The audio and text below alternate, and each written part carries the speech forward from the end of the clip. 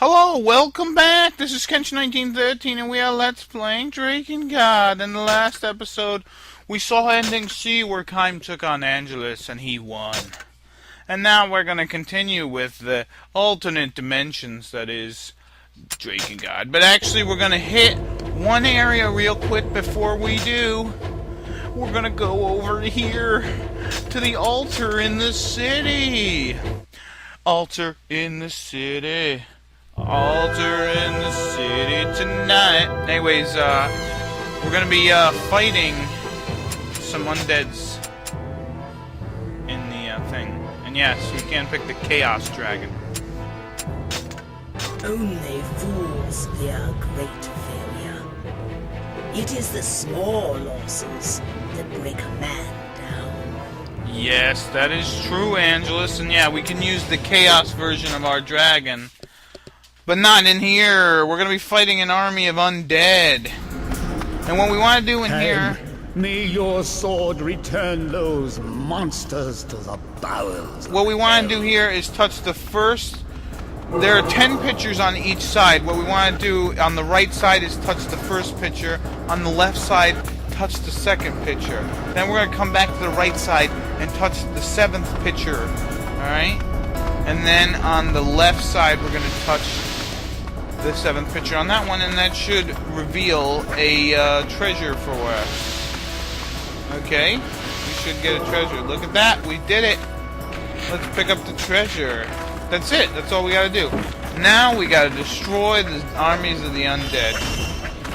Which shouldn't be too hard, because I have Hymir's finger. But let's use this sword a little bit. This is my favorite sword. I will do my best. If I Well, not do, my favorite, will you like me? but it's a pretty good one. Anyways, let's use Sire.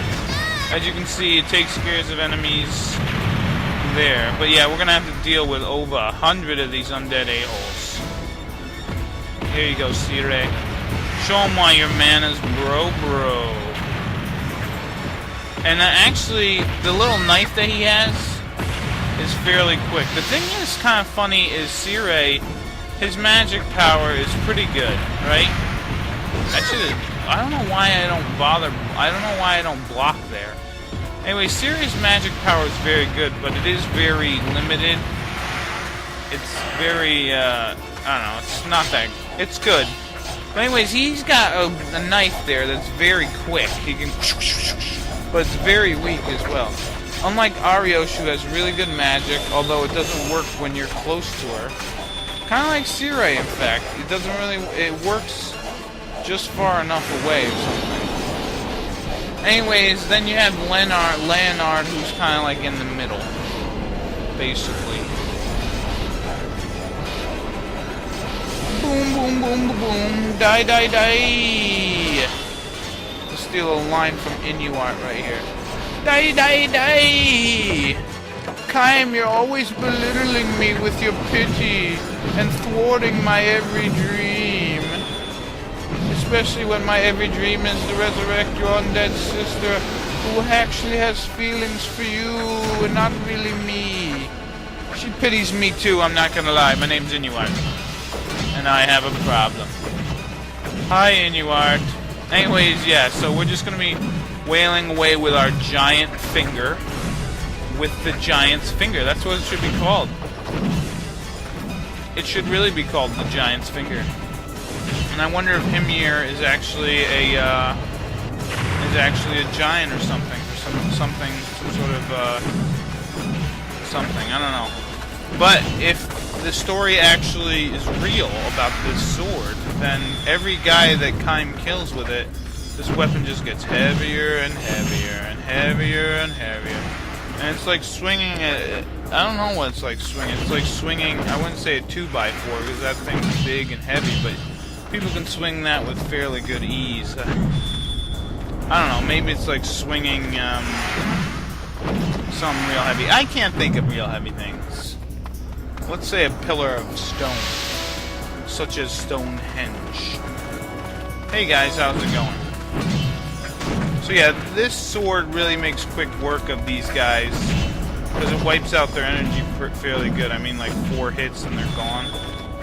It is very slow, but it is good to use against these guys because their attacks are actually a little slow themselves. They do have a lot of HP and they do hit pretty hard.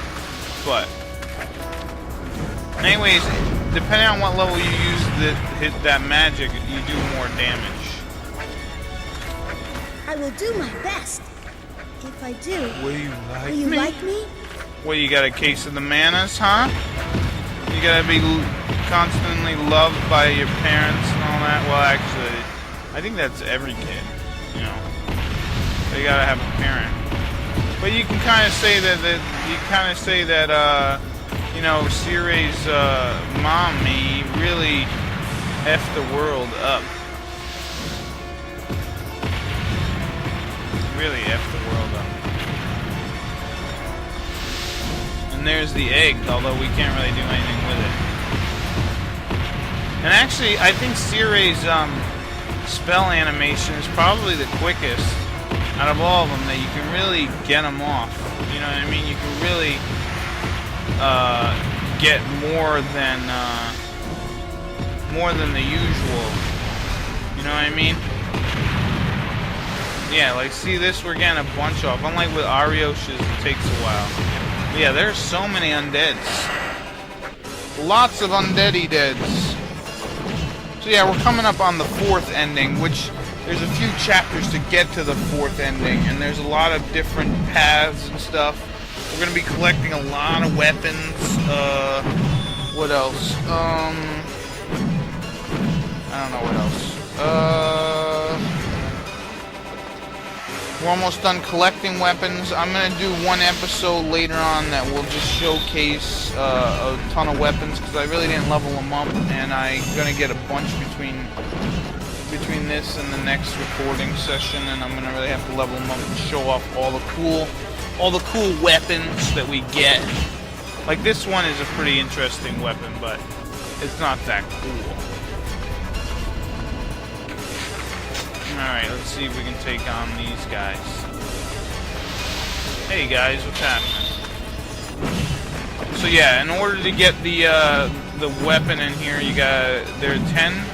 Once again, there are 10 paintings. You want to hit the first one on each side. There's 10 paintings on each side. 20 in total. You gotta hit the first one on the right, the first one on the left, the 7th one on the right, the 7th one on the left. Got it? And that should be simple enough.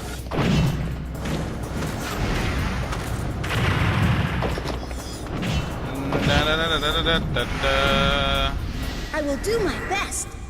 If I do, will you like me? No, I'm not gonna like you. You're a little shit. You're a little shit. You're a shit of a kid.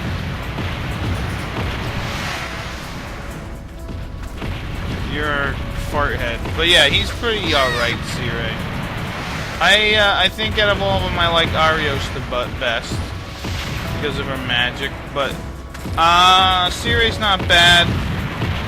Even though Leonard is a dirty pedophile, I kind of like him too. So let me ask you this question right now, people. You've met pack partners. Inuart, Verdale, Kaim, Furiai. Well, no, Furiai. Kaim, Circe, Leonard, Arios. Let me see, did I get them all? Verdale, Kaim, Inuart, Leonard, Arios, and Circe. That's 6. Who is your favorite pack partner? I know we haven't really finished the game yet, and so you haven't really been able to. You haven't been really able to you know, see the packs and the rest of their personalities. But at this point, who is your favorite? It's kind of ironic, you know. Inuart and his. You know what? Inuart's. I don't know if I told you, but Inuart's pack price was his voice.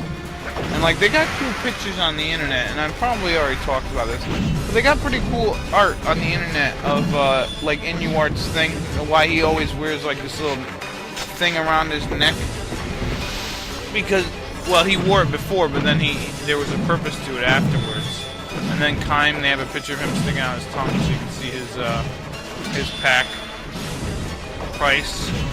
Sirei, he's got it all over his body, like, and then who else is there? There's Leonard. He has it on his eyes. Like, he never opens his eyes. Like, I don't know if they know that doesn't make you blind if you never open your eyes. Like, couldn't he have his eyes open but still be blind? I don't know. And then Arioshi's is on her womb. Or probably on her abdomen.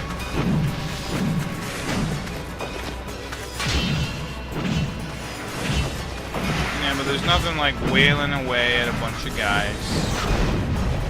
And then using my power to really rip apart some guys.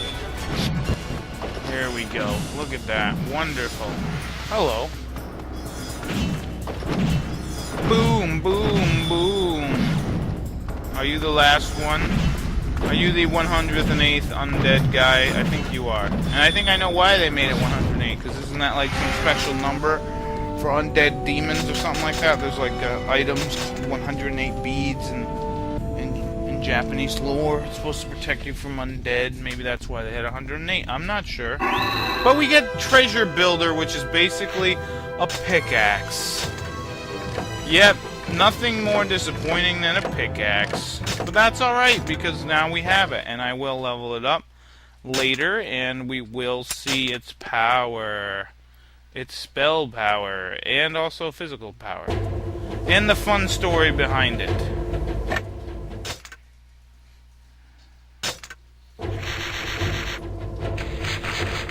So now let us start the story mode for Chapter 10. Now this will lead you two different ways. There's two different ways. We're going to be flying to an ocean fortress. But there's going to be a barricade around it. That's right. Well, let's get to the story. Let me not spoil it for you. So, here we are on Chapter 10. And the last chapter with a unique map.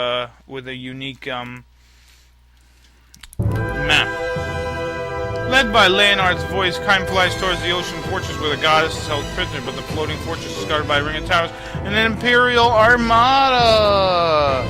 Now the thing about this is if we don't beat this fast enough, we'll head one way, and if we do beat it fast enough, we'll head another way. So isn't that pretty cool? I think it is. So let's hit this baby as hard as we can. I want you to hit me as hard as you can.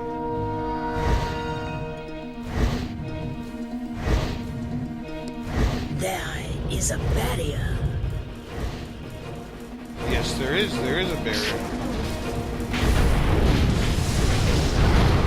So what do we have to do? Destroy the water towers and then we can approach. Yes, so we have to destroy the border towers. Or the barrier towers. Anywho's,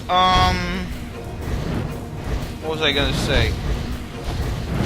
Yeah, all we have to do is destroy the barrier towers. Now, this actually takes place chronologically, before, like, after all the seals, but before the, big battle. You know what I mean? Before the big battle where all the seeds come down and there's Armageddon in the Sky Fortress. But maybe they know about the Sky Fortress already? I forget, because they do mention something about the Sky Fortress sometimes. I don't know. Anyways, all we have to do is, the mission is to take out these, My goddess, my poor goddess, when will your triumph? hopefully soon. I don't know. But anyways, yeah, all we have to do is beat these guys real good. So, yeah, it's not too hard. Just destroy the barrier towers. I think there's like 6 or 8 of them. You don't really have to destroy the enemies around the tower, but you just have to destroy the barriers. Now, I want to say you have to do this within a certain period of time, otherwise you'll have to do the next, you'll have to do another part where you still hang out around the,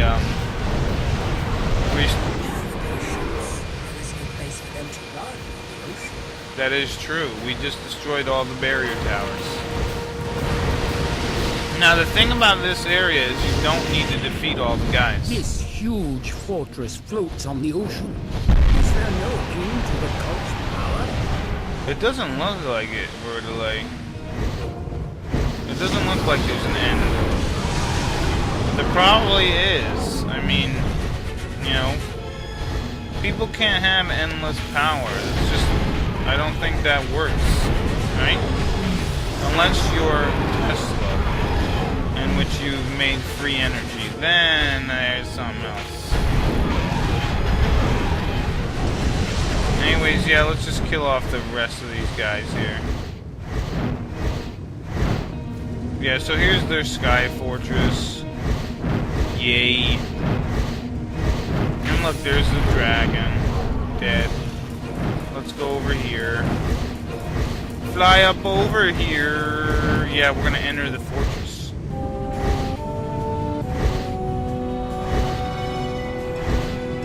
And this is our last aerial expedition, at least for this. Now a new one's gonna open up, but this will be the last one.